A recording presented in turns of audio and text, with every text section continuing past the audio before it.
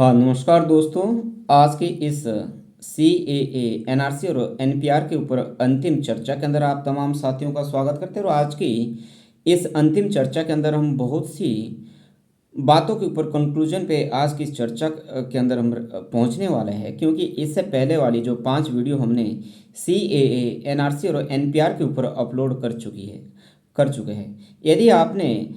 CAA, NRC और NPR को अच्छे से समझ रहा है, तो इससे पहले वाली जो 5 वीडियो मैंने वीरेंद्र एचपीओ जो चैनल के नाम पे अपलोड की है, तो आपको उन वीडियो को भी जरूर देख लेना चाहिए, ताकि जो आपकी समझ है सीए के ऊपर, एनआरसी के ऊपर, एनपीआर के ऊपर अच्छे से और अधिक बेहतर हो। क्योंकि इससे पहले वाली चर्चाओं के अंदर हमने इस बात को भी समझने की कोशिश की कि सिटीजनशिप होती क्या है और सिटीजनशिप को लेकर डिस्प्यूट्स क्यों रहते हैं। सिटीजनशिप को जो विवाद है, ना केवल हमारे देश के अंदर है बल्कि दुनिया के तमाम देशों के अंदर क्या है, नागरिकता को लेकर विवाद होते रहते हैं। क्योंकि इलीगल रूप से जो माइग्रेशन है वो ना केवल हमारे देश की समस्या बल्कि ये ग्लोबल इश्यू की जो ग्लोबल प्रॉब्लम है। उसके बाद कि हमारे देश के अंदर 1951 से लेकर जो आज तक का जो सीए के ऊपर या सिटीजनशिप को लेकर या कॉन्स्टिट्यूशन के पार्ट 2 के अंदर जो आर्टिकल 5 to 11 के बीच इसका जिक्र किया गया है, इसके अंदर किस तरह से जो डेवलपमेंट रहा उसके बारे में बात करने की कोशिश की। एनआरसी जो खास करके नेशनल रजिस्टर जो सिटीजनशिप है, जो असम को लेके था, और असम की समस्या एक अलग किस्म की समस्या थी, क्योंकि असम के अंदर 1931 का जो जनगणना हमारे देश के अंदर हुई थी, 1931 की जनगणना के अनुसार भी उस समय तो हमारे देश के अंदर अंग्रेजी हुकूमत था, परंतु फिर भी उस समय जो असम का जो जियोग्राफिकल डेमोग्राफी थी वो पूरी तरह से चेंज हो गई थी। क्योंकि असम के अंदर जो असम के जो मूल लोग थे उनकी जो जनसंख्या थी वह अल्पसंख्या के अंदर आ गई थी, और असम से जो बाहर के जो नागरिक थे उनकी जो पॉपुलेशन है वह मेजोरिटी के अंदर आ गई थी। वहाँ से जो असम के जो लोगों के लिए क्या है, उनके मन में ये चिंता सताने लगी कि एक समय के अंदर क्या जो बाहर के लोग हैं वह असम के मूल निवासी के लोगों के ऊपर इतने अधिक हावी हो जाएंगे कि असम के जो मूल लोग हैं उनका कहीं भी की जो रिप्रेजेंटेशन के अंदर, इकोनॉमिक स्टेटस के अंदर, सोशली के अंदर, या रिलीजियस रूप से, या एम्प्लॉयमेंट के हिसाब से जो असमीज जो लोग हैं, जो वहाँ के जो मूल निवासी है, वह हाशिए पर रह जाएंगे। और ये जो असम के जो संसाधनों का जो बेनिफिट्स है वह बाहर के लोग उठाएंगे। वहीं से जो असम के अंदर क्या सन ऑफ द सॉइल्स का जो स्लोगन वहाँ से शुरू हुआ। बाद में असम मूवमेंट 1979 और 1985 के अंदर असम एकॉर्ड होता है, और असम एकॉर्ड के बाद जो सिटीजनशिप को लेके, मतलब जो 25 जनवरी 1971 तक, इससे पहले असम के अंदर आ गया था, उसको भारत का नागरिक मान लिया जाएगा। परंतु 25 जनवरी 1971 के बाद जो असम के अंदर अवैध माइग्रेंट्स आए, उनको क्या है बाहर भेजने की बात, या उनको डिटेन करने की बात, या वोटर लिस्ट से उनका नाम डिलीट करने की या डिप्यूट करने की जो बात की थी। हालांकि उसके बाद जो कांग्रेस की सरकार ने एनआरसी के ऊपर या सिटीजनशिप को लेके कोई एक्टिव रोल उन्होंने प्ले नहीं किया, और एनडीए जो गवर्नमेंट है उसके तो मैनिफेस्टो के अंदर ही ये रहा था कि हम पूरे देश के अंदर एनआरसी करवाएंगे, नेशनल रजिस्टर सिटीजनशिप करेंगे, जिससे ये मालूम हो कि हमारे देश के अंदर कितने अवैध आप्रवासी, और जिनको हम या थोड़ी ख़राब लैंग्वेज के अंदर कहें तो घुसपैठिया है। और ये जो घुसपैठिया खास करके हमारे पड़ोसी मुल्क से ही तो हमारे देश के अंदर आए हैं। और 2019 के अंदर जब केंद्र की सरकार ने सीए एक्ट लाया, हालांकि उस समय राज्यसभा के अंदर जब सीए पास नहीं हुआ, उस समय फिर से लोकसभा के चुनाव होने थे, परंतु केंद्र सरकार ने क्या है, जब 2019 के अंदर फिर से उसको सरकार बनाने का मौका केंद्र के अंदर मिला, तो 2020 के अंदर क्या है, सीए जो एक्ट है उसको केंद्र सरकार ने लोकसभा, राज्यसभा और बाद में राष्ट्रपति ने उस पर अपने सहमति दी। उसके बाद ये कानून का रूप धारण कर लिया, और मार्च 2024 के अंदर होम मिनिस्ट्री की तरफ से भी इसको नोटिफाई कर दिया गया, जो इसके रूल्स है उसको नोटिफाई कर दिया है। इसका मतलब कि आज के समय के अंदर जो सीए जो कानून है हमारे देश के अंदर पूरी तरह से लागू है, और जो इसके रूल्स है वे भी हमारे सामने अब आ चुके हैं। इसको लेके बहुत सारी जो भ्रांतियाँ हमारे देश के अंदर रही, या बहुत बड़े जो एजिटेशंस हुए, जैसे शाहीन बाग आंदोलन का जिक्र दिल्ली के अंदर हुआ, या ईस्ट के अंदर जो आपके नॉर्थ ईस्ट के जो हमारे स्टेट्स हैं, नॉर्थ ईस्ट के स्टेट्स के तो खास करके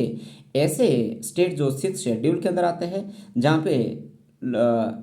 आईपीएल मतलब लाइन परमिट की जो ज़रूरत पड़ती है, जिनको की है ऑटोनोमस काउंसिल उनको दी गई है, जिसके अंदर क्या बोलते हैं उसको, डिस्ट्रिक्ट ऑटोनोमस काउंसिल वहाँ पे दी गई, वहाँ पे जो ये सीए का जो कानून है वो लागू नहीं होगा। इस कारण भी ये क्या है, उसका जो ईस्ट के अंदर, नॉर्थ ईस्ट के अंदर बहुत बड़ा विवाद या डिस्प्यूट इसके अंदर नहीं रहा, या बहुत बड़ी जो बात जो हमारे देश के अंदर विवाद रहा भी, हुए इस बात को लेकर रहा, क्योंकि लोगों के बीच क्या है, असली जो बात है, जो कानून की जो बात है, वो नहीं पहुंचती है। इसलिए मेरी सीरीज का ये भी मकसद था कि लोगों के बीच क्या है, सही समझ जाए कानून के अंदर क्या लिखा गया है। सीए जो कानून है, किसी भी नागरिक की जो नागरिकता है वो इससे छीनने वाली नहीं है, बल्कि सीए तो अपने आप में नागरिकता देने वाला कानून है। इसके अंदर जो केंद्र की सरकार ने जो तीन हमारे पड़ोसी जो मुल्क है, पाकिस्तान, अफगानिस्तान और बांग्लादेश, वहाँ के जो रिलीजियस रूप से प्रोसिक्यूटेड जो लोग हैं, जो अल्पसंख्यक के अंदर है, उनको भारत की नागरिकता देने की बात की है। और भारत की नागरिकता भी ऐसे नहीं दी है, उसके लिए एक शर्त रखी गई है केंद्र सरकार ने कि 31 दिसंबर 2014 से पहले जो भारत के अंदर आ गया है, उनको क्या है, उनके जो समय अवधि है भारत के अंदर जो रहने की, उनको एक क्राइटेरिया जो सिटीजनशिप लेने का भारत के अंदर, उसको थोड़ा लिबरल किया गया, उसको थोड़ा कम किया गया है। जो कि पहले अधिक था, उसको थोड़ा कम किया गया है। इससे क्या, एक सिटीजनशिप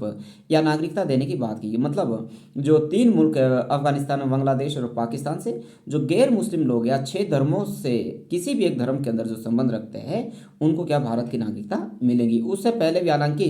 इसका जो प्रोसेस है लंबे समय से शुरू हो गया था। जैसे फॉरेनर्स एक्ट्स के अंदर चेंज करना, पासपोर्ट एक्ट के अंदर चेंज करना, ट्रिब्यूनल एक्ट्स के अंदर चेंज करना। मतलब ऐसे व्यक्ति जो गैर मुस्लिम हैं, उनके ऊपर यदि ट्रिब्यूनल कोर्ट्स के अंदर कहीं केस है, इलीगल माइग्रेंट्स का चल रहा हो, तो उन केसों को समाप्त करना। इस तरह से जो ये डेवलपमेंट है ये आगे बढ़ा। ठीक है, और आज की चर्चा के अंदर क्या हम अंतिम पड़ाव के अंदर पहुंच चुके हैं, और आज हम ये समझने की कोशिश करेंगे कि कंसर्न अबाउट था क्या है, एनपीआर और एनसीआर। ठीक है, कि एनआरसी और एनपीआर के से जुड़ी जो किस तरह की जो चुनौतियां रही है, उसके बारे में बात करने वाले हैं। देखो, जो तो एनआरसी के बारे में, एनआरसी के बारे में हमारे देश के किसी भी नागरिक को किसी भी तरह का कोई दस्तावेज देने की जरूरत नहीं है, और ना ही एनआरसी अलग से करने की जरूरत है। एनपीआर के बारे में हमने पिछले कल ये समझने की कोशिश करी कि एनपीआर के माध्यम से हमारे देश के अंदर जो नागरिकों की क्या है, जनगणना की जाती है। उसके अंदर सभी नागरिकों की जनगणना की जाती है, चाहे देश का नागरिक है, देश का नागरिक नहीं है। मतलब उन व्यक्तियों की भी जनगणना उसके अंदर की जाती है जो पिछले 6 महीने से हमारे देश के अंदर रह रहा हो, और अगले 6 महीने तक उसकी क्या है, हमारे देश के अंदर ही रहने की क्या हो, इच्छा हो, उसको भी उस जनगणना के अंदर शामिल किया जाता है। इसके साथ साथ उस जनगणना के अंदर लोगों के जीवन स्तर, उनका रहन सहन, उनका खान पान, उनका ऑक्यूपेशन, उनका प्रोफेशनल, ये सब सभी बातों का भी जिक्र कर लिया जाता है। एनपीआर के मद्देनजर जब एनपीआर हमारे देश के अंदर हुआ, हालांकि 2021 के अंदर हमारे देश के अंदर जनगणना नहीं हो पाई, क्योंकि हमारे उस समय देश के अंदर कोरोना ही अपने बहुत पीक के अंदर था। तो जो बूथ लेवल का जो ऑफिसर होगा, जिसको बीएलओ हम कहते हैं, यदि उसको किसी व्यक्ति के ऊपर ये संशय रहेगा कि ये जो व्यक्ति ये हमारे देश का नागरिक नहीं है, यहाँ की नहीं, मतलब बाहर का है, तो वो उस व्यक्ति के नाम के आगे क्या है, डाउटफुल लिख देगा। और वे जो अपनी रिपोर्ट है, वो जो लोकल लेवल का जो रजिस्ट्रार होगा या मजिस्ट्रेट उसको कहते हैं, या आसान भाषा में एसडीएम कह देंगे, उसको अपनी रिपोर्ट देगा। और वे जो एसडीएम है, वे उसकी स्क्रूटनी करेंगे, और स्क्रूटनी के बाद क्या है, वे एनपीआर की जो रिपोर्ट है वो अपने ऑफिस के बाहर पब्लिश कर देगा। ऐसी परिस्थिति में जिन व्यक्तियों के आगे बीएलओ के द्वारा क्या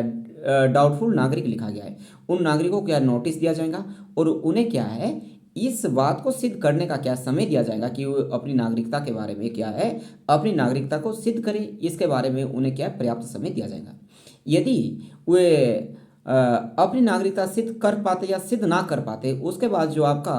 सब डिविजनल जो मजिस्ट्रेट होगा, वे जो अपनी जो रिपोर्ट है वो क्या है, डिस्ट्रिक्ट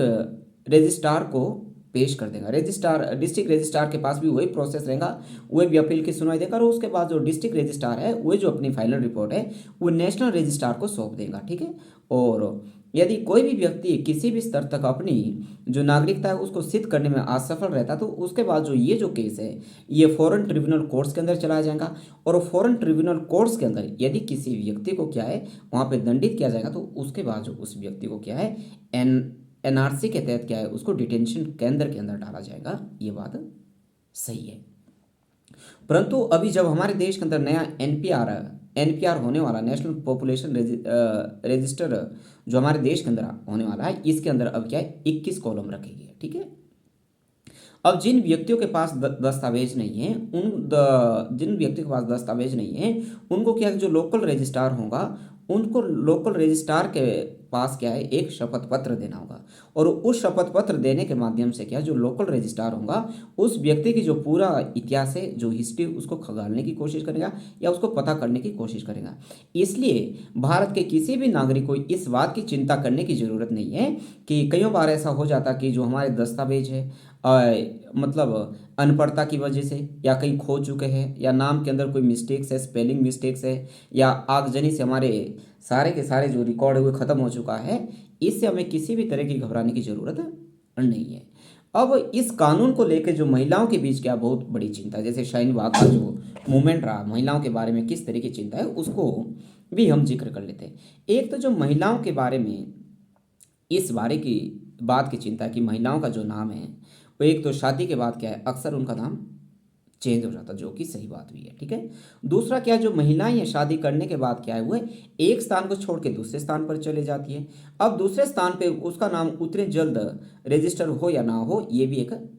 चिंता का विषय, ठीक है, कोई बात नहीं, इसको भी मान लेते हैं। तीसरी बात कि महिलाओं के अंदर क्या, हमारे देश के अंदर क्या अभी भी जो शिक्षा की कमी है वो बहुत अधिक है, ये बात भी सही है। और नेक्स्ट जो चौथी बात ये कि महिलाओं का क्या है, बहुत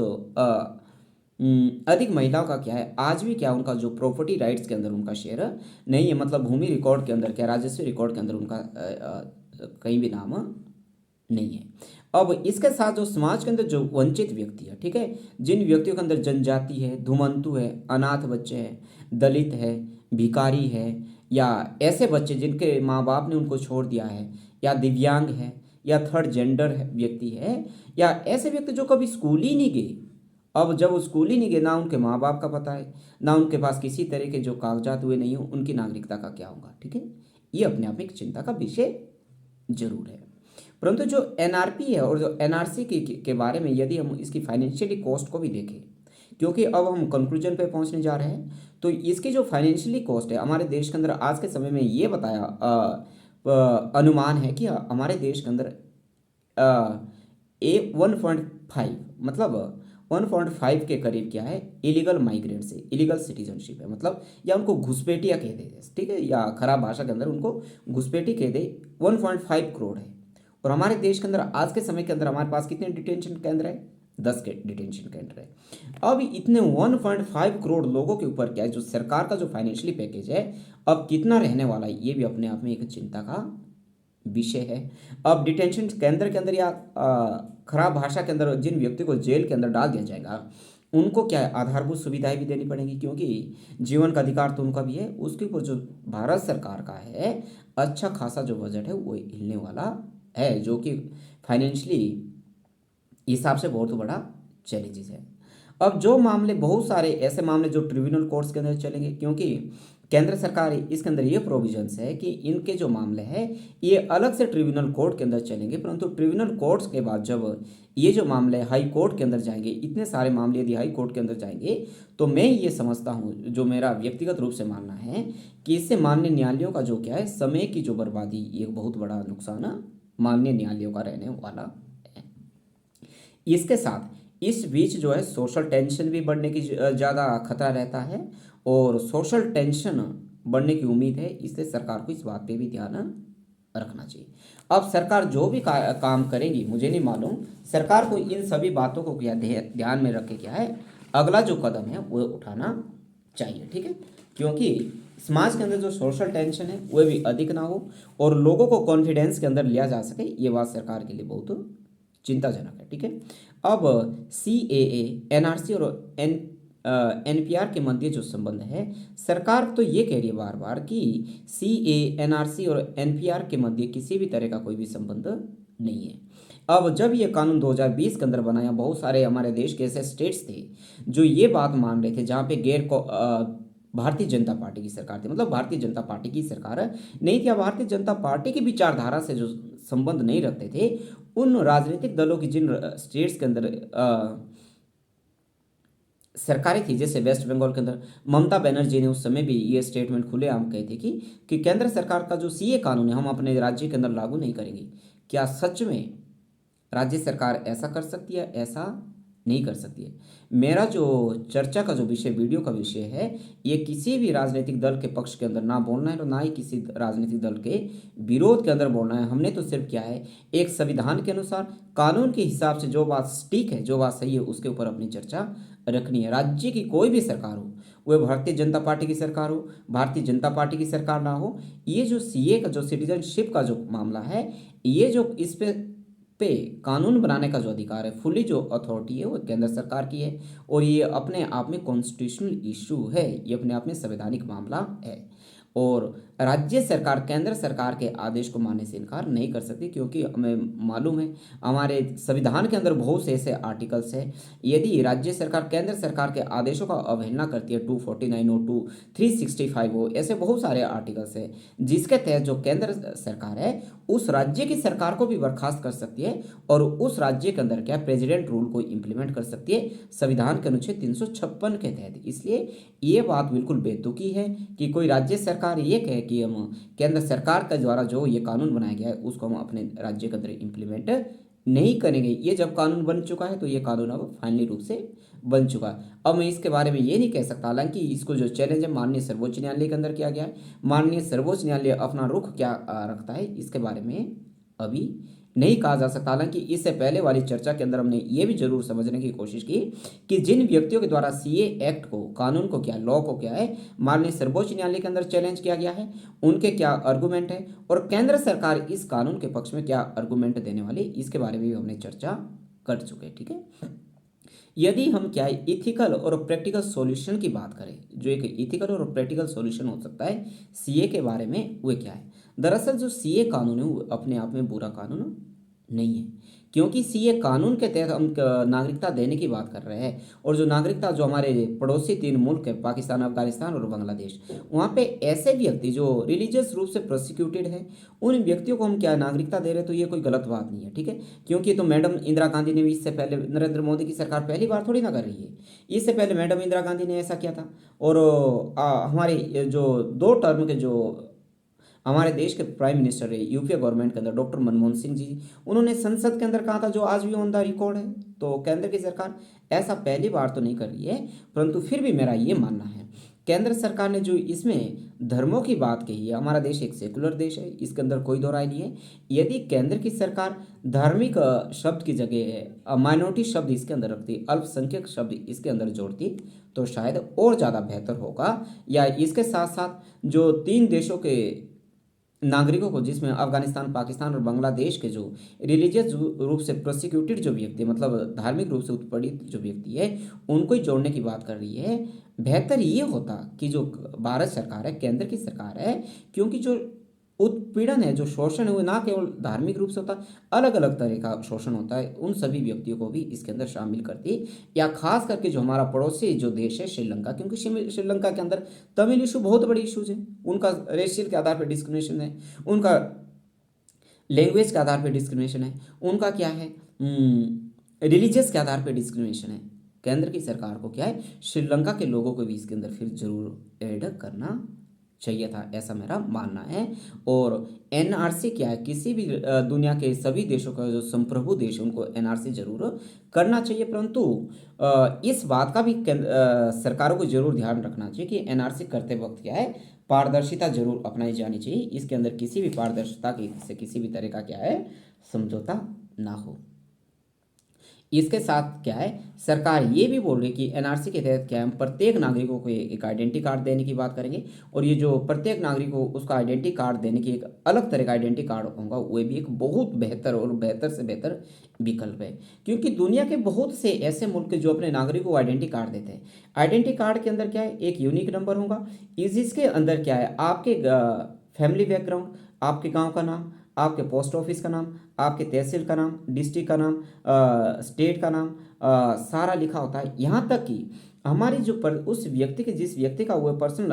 आइडेंटिटी कार्ड होगा, उसकी जो हेल्थ हिस्ट्री है, उसके स्वास्थ्य से संबंधित क्या है, सभी तरह की जो जानकारी है उस कार्ड के अंदर हो। ये क्या एक बहुत ही बेहतर विकल्प है, जो कि मेरा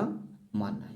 अब सी और एनआरसी के ऊपर एक प्रैक्टिकल सॉल्यूशन क्या हो सकता है, कि व्यवहारिक क्या हो सकता है, कि जो अवैध नागरिक है 1.5 करोड़ हमारे देश के अंदर है, उसका व्यवहारिक रूप से समाधान कैसे किया जाए, ये अपने आप में कैसे किया जा सकता है, इसके ऊपर मैं अपने व्यक्तिगत रूप से सुझाव दे सकता हूँ। ठीक है, क्योंकि जो अवैध नागरिक है, अवैध नागरिकों का, अवैध जो नागरिक है उनका हम क्या करें। अब ऐसा भी नहीं उनको कि एकदम से वापस भेज सके, वापस तो हम भेज भी लेंगे, कोई दिक्कत नहीं उसमें। ये जरूरी भी नहीं है कि जहाँ से वो नागरिक आए, जैसे बांग्लादेश आए, बांग्लादेश की सरकार उनको स्वीकार करे ही करे।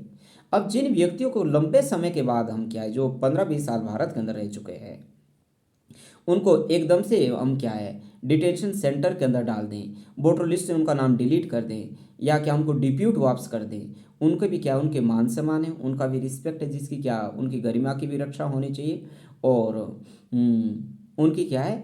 हालांकि केंद्र सरकार को ये जरूर करना चाहिए कि बांग्लादेश की सरकार से बात करे, और जिससे बांग्लादेश की सरकार से बात करके जो हमारे देश के अंदर इलीगल माइग्रेंट जो बांग्लादेश से आए क्या है, उनको सम्मान के साथ क्या है वापस भेजा जा सके। या भारत सरकार को क्या है बांग्लादेश की सरकार से कोई ऐसा समझौता है, ऐसी ट्रीटी जरूर करनी चाहिए, जिससे कि ऐसे व्यक्ति जो